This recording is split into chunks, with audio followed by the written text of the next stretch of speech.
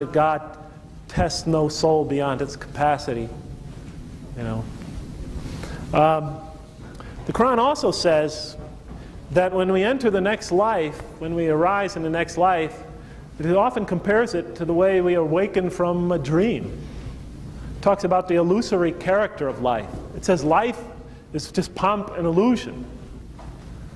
It shows that when the believers arise on the day of judgment and they're asked, how long have you suffered there on earth? They'll say, did we suffer there an hour? Or a day? Or less than that? And those who really know, it says in the Quran, will tell you, you suffered there but little, if you only knew. For a short time, if you only knew. So the Quran, in many, many verses, talks about the illusory character of life. In one verse, it explicitly compares the person the way a person is resurrected on the day of judgment, and the way a person awakens from a dream.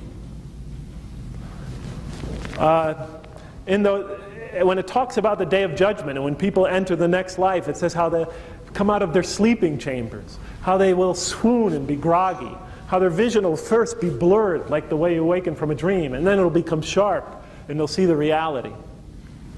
It says that people will, sort of stumble like the way you stumble out of bed in the morning, and then, rush to where they are determined to go, where they ultimately will have to go, and so forth. The images in the Quran, and I believe they're symbolic because it's talking about the day of judgment, something beyond this perception, indicate, and there are explicit statements that indicate, that this life, as real as it seems to us, and it is real, will seem when we enter to the next life very much like a dream, like awakening, say, for example, from a dream or a nightmare. So that all the suffering we went through, all the pain we went through, all the agony we went through will suddenly seem like it's just a distant and vague, harmless memory. Are you following me? Because, when you're living in a nightmare, when you're having a nightmare at night, and you're living it, and your heart is beating 1,000 beats a minute, and you're suffering through that nightmare, and you're in a panic, and etc., and you awaken from that nightmare, and suddenly you're still nervous, and then you realize you're awake, and you're in the greater reality, and you say to yourself, oh my God, it was only a nightmare, it was only an illusion, it was only a dream. The Quran indicates that when we awaken in the next life, our experience will be very similar. All the pain, all the hardship, all the agony will just seem like it was a brief, momentary illusion. Even though it was very real, even though it shaped what type of creature we enter, what type of being we enter the next life as, all the suffering, all the agony that we went through will be erased. There's a famous saying of the Prophet, peace be upon him, that says that when a believer puts steps into heaven, and he's asked to recall all the suffering that he's gone through on earth, he'll not remember any of it.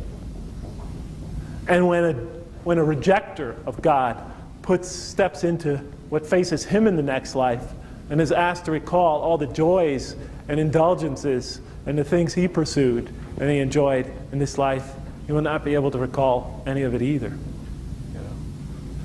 So, in both cases, it'll seem like a distant, vague event. But for those whose balance of goodness is heavy, to use a Quranic terminology, in the next life, when they enter that next life, all the suffering they went through will seem very inconsequential, like awakening from a dream in this life. So that's one thing you have to remember, that regardless of who you are, whatever agony you're going through, right now it seems like there's these great differentials and things like that, but when we enter the next life, it's all going to seem relatively insignificant to all of us. It's all going to seem insignificant to all of us. The second thing you have to remember is that the Quran does tell us that we do face tests in this life. That God does manipulate the human situation, puts us into situations where we're forced to face sometimes hardship, sometimes ease, sometimes we're forced into making critical moral choices. He definitely manipulates the human drama. But he leaves the critical choices up to us.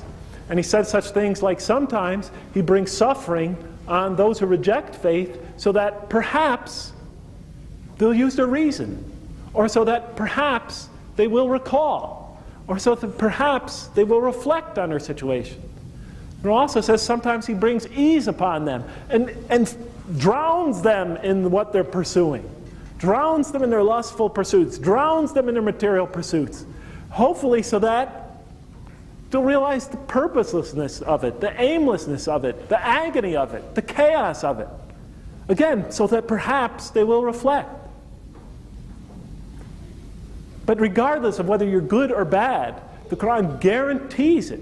You will definitely suffer. Because this life, you are going to face adversity, because through adversity, you grow.